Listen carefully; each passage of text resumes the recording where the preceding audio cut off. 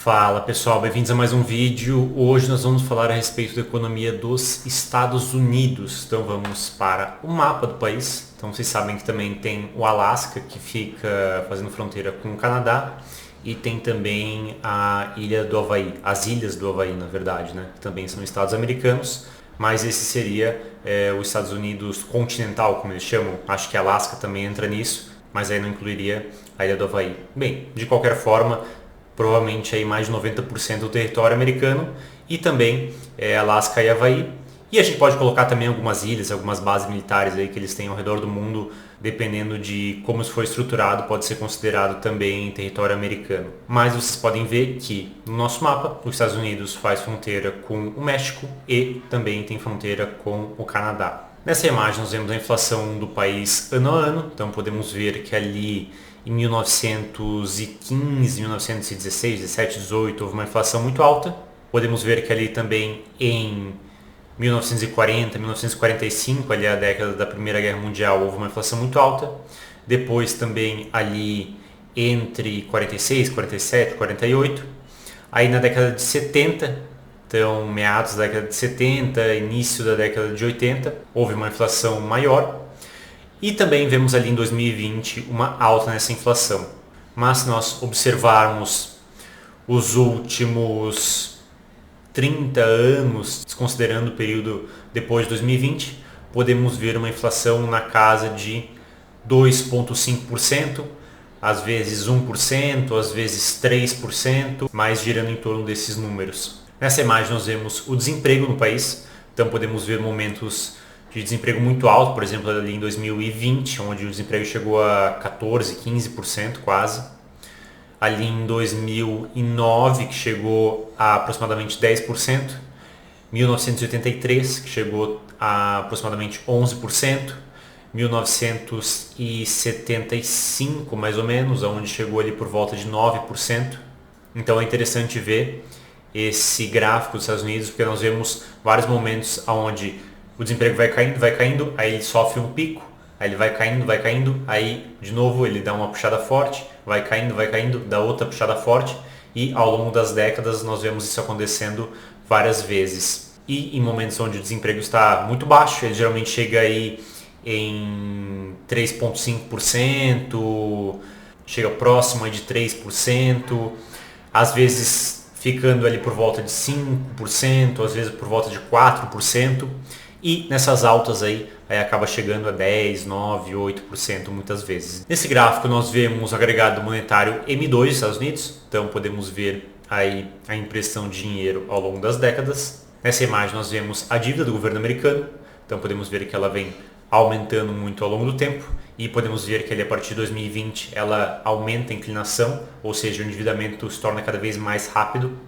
Nesse gráfico nós vemos o PIB dos Estados Unidos, então podemos ver que ele vem aumentando ao longo do tempo. Sofreu uma queda ali em 2009 e 2020, mas podemos ver que logo depois ele já se recuperou. Nessa imagem nós vemos a dívida do governo americano em relação ao PIB, então podemos ver que ali em 1946 essa dívida chegou a aproximadamente 120% do PIB. Aí na década de 70 ela chegou a aproximadamente 35% do PIB, o que é um endividamento baixo, e atualmente é de 129% do PIB, que é um endividamento alto.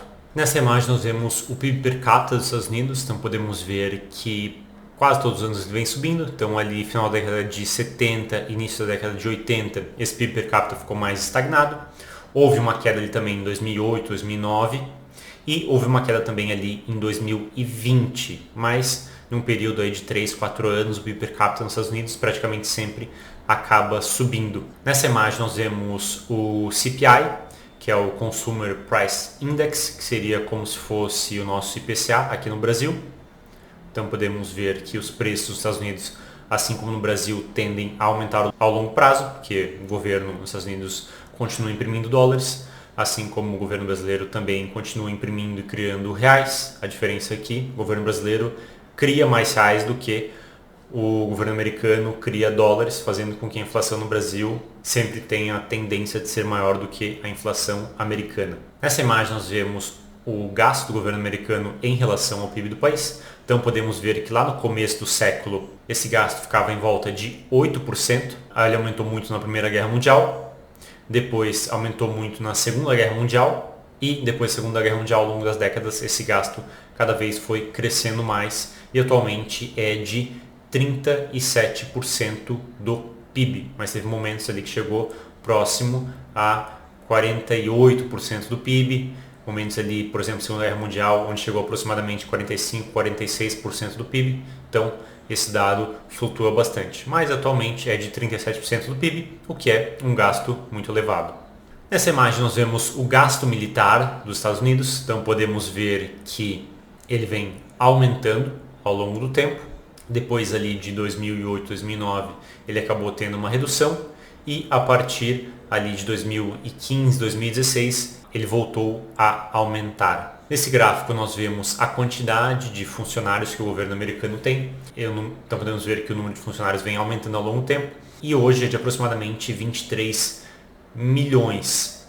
E isso dá mais ou menos 10% da força de trabalho americana. Então, a cada 10 pessoas que trabalham nos Estados Unidos, uma trabalha para o governo americano.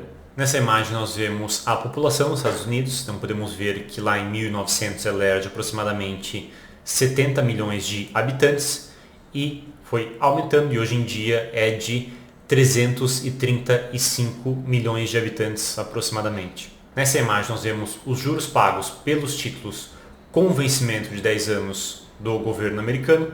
Podemos ver que lá na década de 20, 30, 40, 50, esses juros pagos eram de aproximadamente 2 a 4%.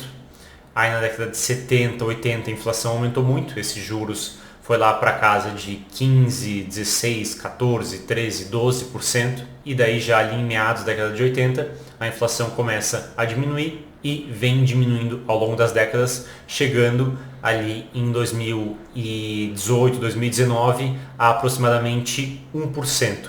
E atualmente é de 4%.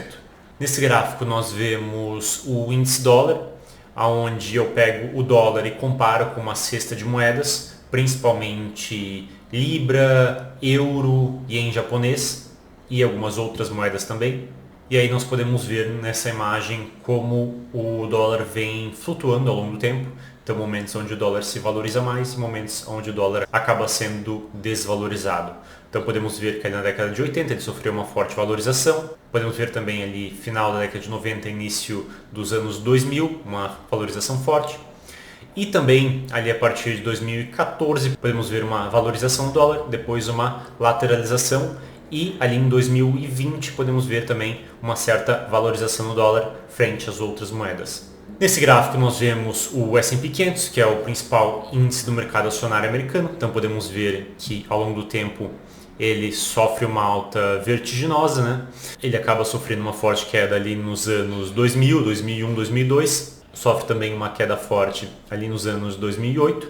E também outra forte queda ali no ano de 2020, mas há queda em 2020 e também já uma recuperação. E podemos ver uma outra grande queda também em 2022.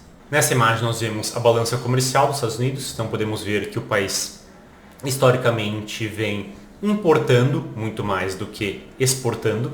E o que os Estados Unidos exporta? Ele exporta principalmente petróleo, maquinário, eletroeletrônicos, carros, tratores, caminhões, plásticos, equipamentos de filmagem, produtos farmacêuticos, químicos, metais preciosos e assim por diante.